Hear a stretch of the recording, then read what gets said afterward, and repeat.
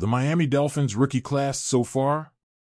Honestly, it's still too early to tell, and that's not exactly a shock at this point in the season.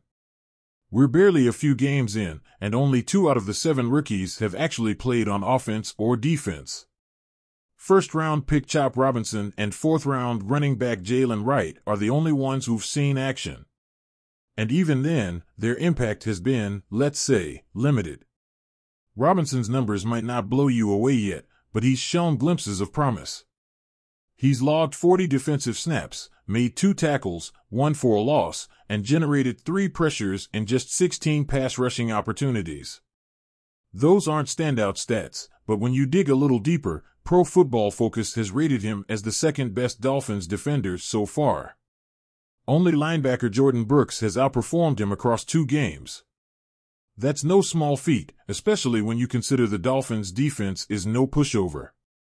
Robinson's early returns might not scream instant star, but it's clear he's making strides. Jalen Wright, on the other hand, was a healthy scratch for the opener but got a shot in Week 2 due to Raheem Mostert's injury. His 5 carries for just 4 yards didn't exactly set the field on fire. But, hey, it was his first chance, and we know he can do better. It's all about finding rhythm and the right opportunities, right? Then there's the injury bug, which has unfortunately hit some of the rookies hard. Malik Washington, a 6th-round receiver, has missed the first 2 games with a quadricep injury. Taj Washington, a 7th-round receiver, is out for the entire season after getting hurt before training camp. Ouch.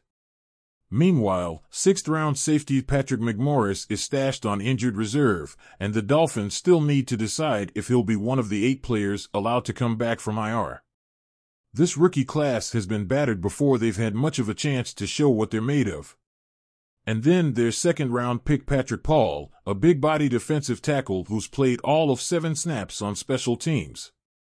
He's basically the team's 4th option at tackle, and the break-glass-in-case-of-emergency guy at this point.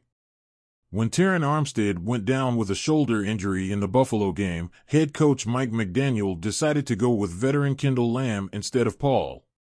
McDaniel explained that in the heat of the moment, with the frustration of the game and the fact that it was a divisional matchup, he didn't want to throw Paul into the fire.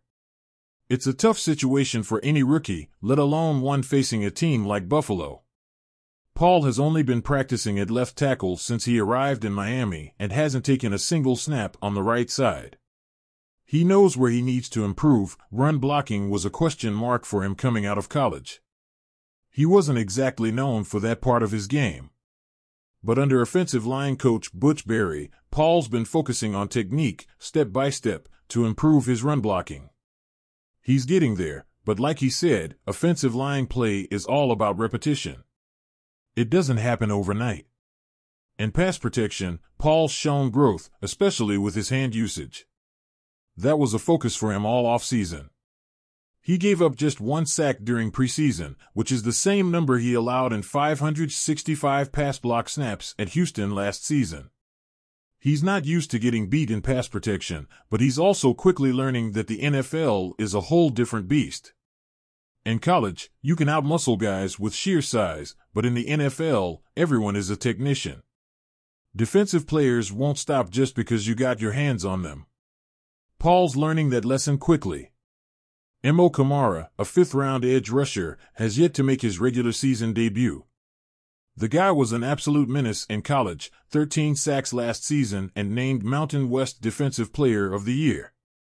But in Miami, he's currently stuck behind the likes of Jaylon Phillips, Emmanuel Ogbah, Quentin Bell, and Robinson on the depth chart. Kamara's biggest challenge so far? Adjusting to the NFL's higher level of technique. He's fast, no doubt, but speed alone won't cut it here. He's got to get better with his hands and sharpen his technique if he wants to make an impact.